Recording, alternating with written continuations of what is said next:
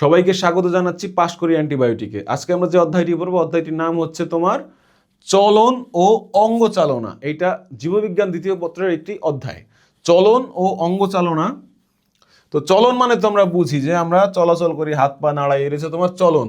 মানে এটা হচ্ছে তোমার হাঁটা হচ্ছে চলন, আর হাত পা নাড়ানো যেগুলো হচ্ছে অঙ্গচালনা। তো আমাদের দেহে মোট হাড় আছে কয়টা? এটা তো একটা শিশুও জানবে, 206টা। কিন্তু শিশুকালে মানুষের হাড় একটু বেশি থাকে, হাড়ের সংখ্যা বেশি থাকে। আস্তে আস্তে বড় হইলে হাড়ের সংখ্যা কমে, কয়েকটা হাড় জোড়া লেগে একটা হাড় তৈরি হয়ে যায়, তো এই কারণে হাড়ের সংখ্যা কমে যায়। তো মানুষের একটা প্রাপ্তবয়স্ক মানুষের হাড়ের সংখ্যা হচ্ছে 206টা। তো এই হাড়গুলো আবার দুই ভাগে বিভক্ত। একটারে বলে তোমার হচ্ছে অক্ষীয় কঙ্কাল, অক্ষীয় কঙ্কাল, আর একটা হল উপাঙ্গীয় কঙ্কাল। অক্ষীয় কঙ্কাল কি? মানে এই যে সোজা অংশটা মানুষের দেহের, এই যে তোমার এই সোনালী অংশটা দেখতেছো না, একদম সোজা মেরুদণ্ড থেকে, করোটি থেকে মেরুদণ্ড পর্যন্ত, এটা হচ্ছে তোমার অক্ষীয় কঙ্কাল। আর হচ্ছে এই যে হাত, তারপরে পা, এগুলো তো সব উপাঙ্গীয় কঙ্কাল। মানে এই অ্যাক্সেল মানে অক্ষের সাথে যেগুলো সংযুক্ত আছে এগুলো তো সব উপাঙ্গীয় কঙ্কাল। তো অক্ষীয় কঙ্কালের মধ্যে কি কি হাড় আছে? করটিকা। করটিকা হচ্ছে আমাদের যে মাথার হাড্ডিগুলা, এই মাথার হাড্ডিগুলার আমরা বলি করটিকা। করটিকা হাড্ডি মোট 8টা। মুখমণ্ডলীয়, এই যে আমাদের মুখমণ্ডল আছে, যে নাক, তারপর হচ্ছে তোমার এই যে চোয়াল, এগুলো হচ্ছে তোমার মুখমণ্ডলীয় অস্থি, টোটাল 14টা। কানের মধ্যে অস্থি এক কানে 3টা করে, 2টা কান না, 3টা করে অস্থি আছে। এই 3টা টোটাল 6টা। হাইওয়েড অস্থি, মেরুদণ্ড আছে 26টা অস্থি, মেরুদণ্ডে 26টা অস্থি আছে। এই যে তোমার এইখান থেকে শুরু মেরুদণ্ড, ছোট ছোট ছোট ছোট ছোট ছোট খণ্ড, এই পর্যন্ত 26টা অস্থি আছে। আর বক্ষ পিঞ্জর হচ্ছে তোমার রিব, এই যে তোমার খাঁচাটা, বুকের আমরা খাঁচা বলি যেটা, এই টোটাল অস্থি আছে তোমার 25টা। আর উপাঙ্গীয় কঙ্কাল 126টা। তোমার বুকের অস্থি চক্র আছে তোমার 4টা। বাহুতে একটা একটা, হাতে 60টা কইরা, তোমার একটা একটা হাতে 30টা করে হাড্ডি আছে আলাদা আলাদা, ঠিক আছে, যে আঙ্গুলের ফ্যালাঞ্জেস গুলো সহ 30টা করে হাড্ডি, দুই হাতে টোটাল 60টা।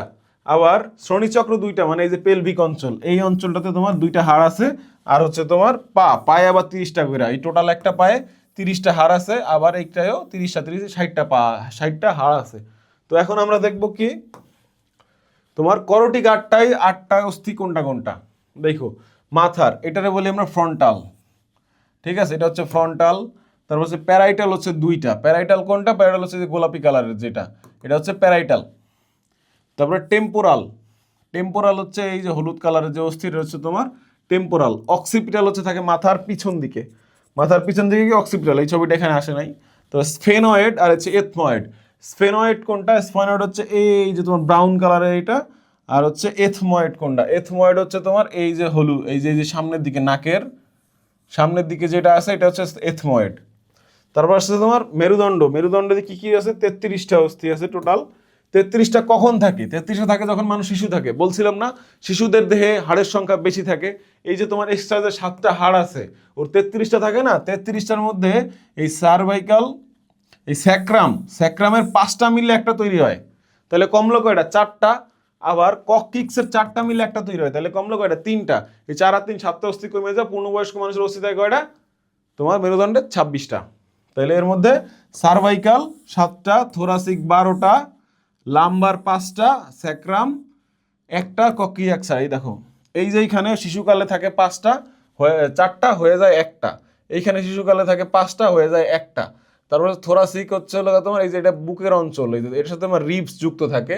আর তোমার হচ্ছে সার্ভাইকাল ভার্টিব্রা হচ্ছে তোমার এই যে গলার নিচে যে এগুলো হচ্ছে টোটাল 7টা, ঠিক আছে।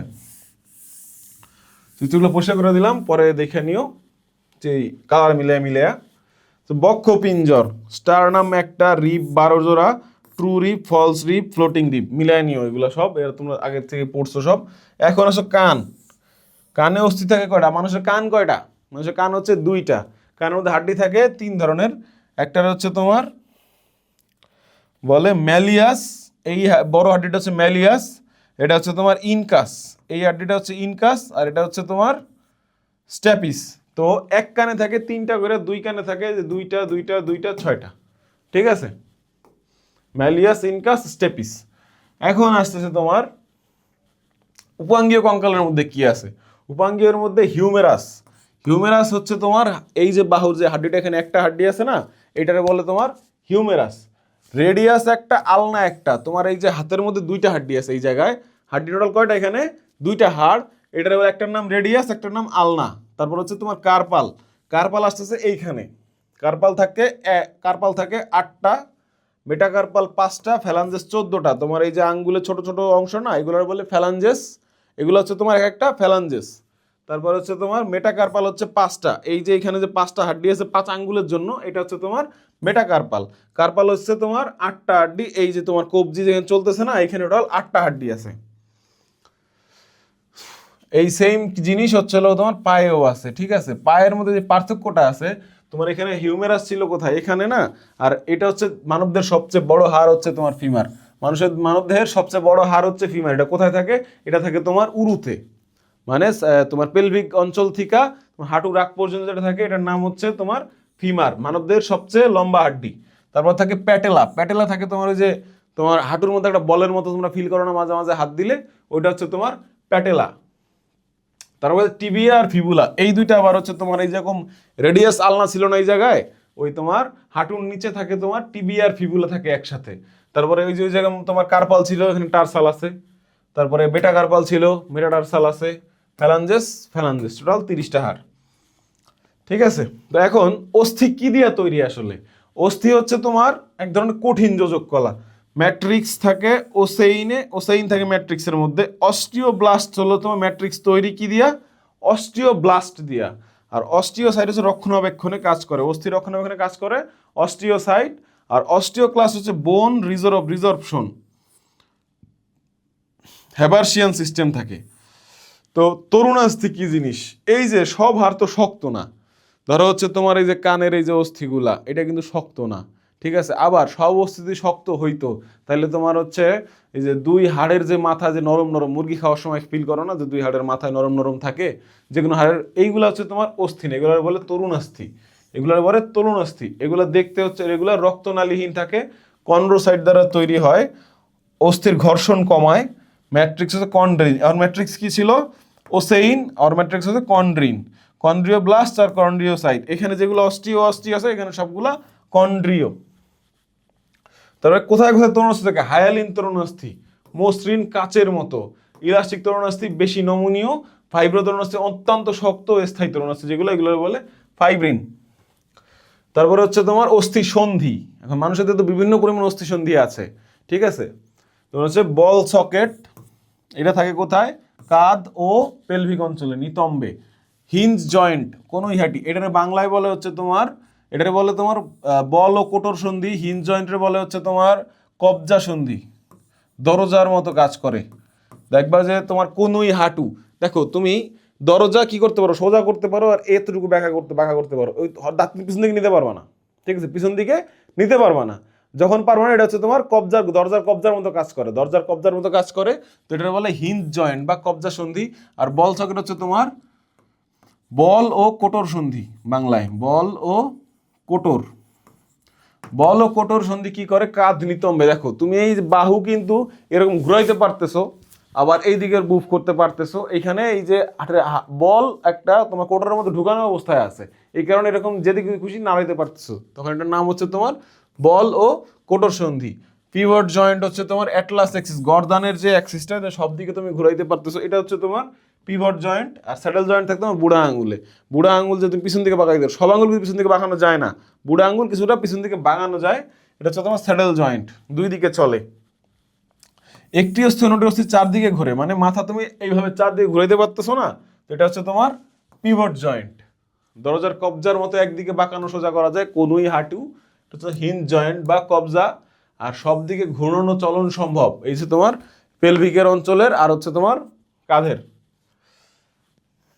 এখন মানুষের পেশি কয় প্রকার? মানুষের পেশি হচ্ছে তোমার 3 প্রকার। স্কেলিটাল মাসল, ইচ্ছাধীন, এগুলা অস্থির সাথে যুক্ত, তুমি নিজের মতো এটার ব্যবহার করতে পারো। তোমার এই জায়গার মাসল বা পায়ের মাসল, তুমি তোমার শরীরে তোমার ইচ্ছা মতো এগুলো নাড়াইতে চালাইতে পারো।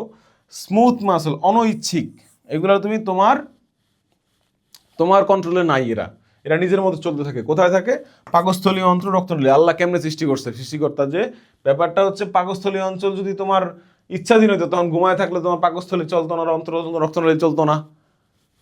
তো সুতরাং এরা একলা একলাই চলে, অনৈচ্ছিক পেশি, ডোরাবিহীন কিন্তু ধীর, কিন্তু দীর্ঘস্থায়ী সংকোচন হয়, আস্তে আস্তে বাড়ে, বড় ছোট হয়।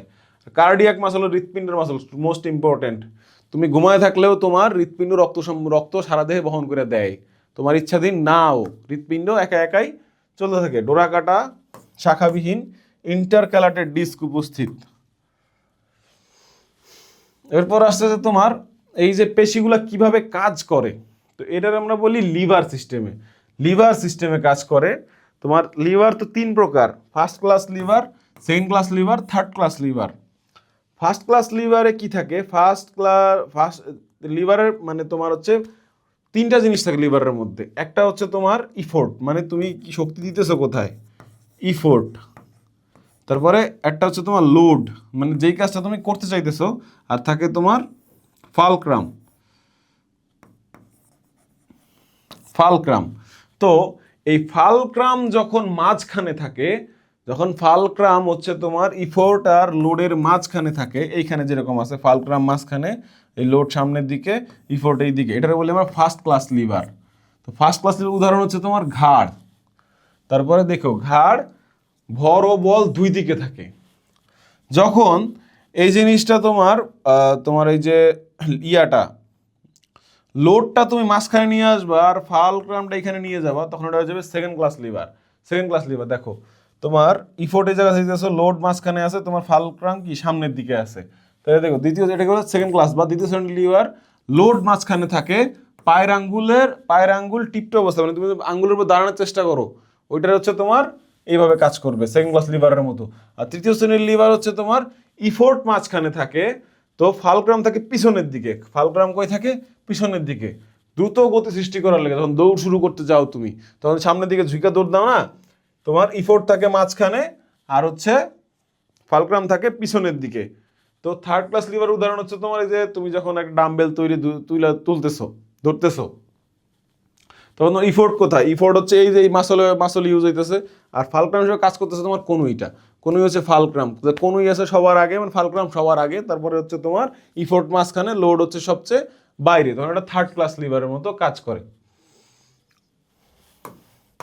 তো এই অধ্যায় ছিল এইগুলাই পড়াশোনা মোটামুটি।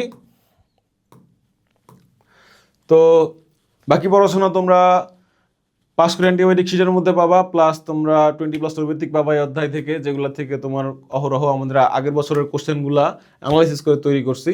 ওখান থেকে যদি তুমি রেগুলার যদি ওইটারে মাইনে চলো বা রেগুলার প্র্যাকটিস করো, তাহলে ইনশাল্লাহ খুব ভালো একটা প্রস্তুতি নিতে পারবা, আর এখান থেকে কোশ্চেন আসলে অ্যান্সার করতে পারবা ইনশাল্লাহ।